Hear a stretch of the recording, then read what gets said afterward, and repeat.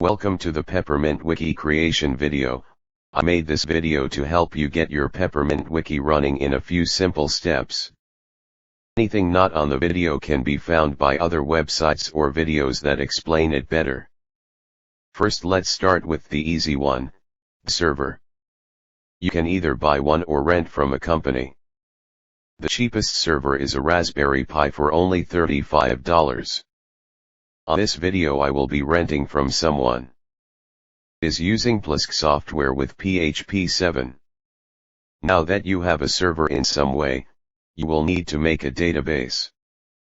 How to do it varies on the server you buy or which company you are currently in. Remember to upload it in the file you plan the server to use.